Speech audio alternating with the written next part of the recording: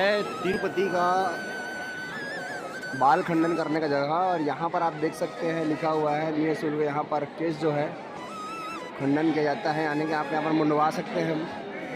और यहाँ पर है ऑनलाइन लगातार जो है लग रही है, पूरा भीड़ रहता है। अभी थोड़ा खाली है, शनिवार और रविवार को यहाँ ज़्यादा भीड़ रहता है। और आप देख सकते हैं पूरा नज़ारा को।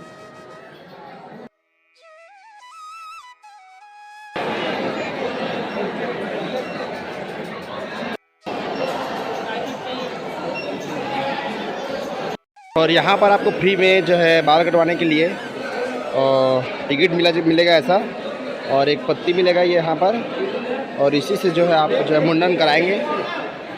सकते हैं मेरा सुंदर सुंदर बाल जो है भगवान को अर्पित होने वाला है, मैंने दान करेंगे भाई बाल का दान। और ये है हमारे पास टिकट और ब्लेड।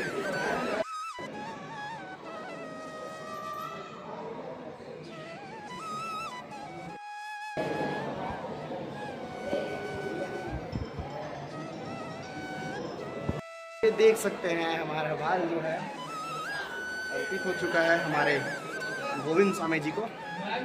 और ये हमारा टकला वाला सीन टकलोरा। आप दोनों और ये पास ही में ही हमारा मंदिर है, आप देख सकते हैं। ये जो आपको सीन दिख रहा है ये मंदिर का सीन है। उस तालाब में हम लोग नहाने जाएंगे।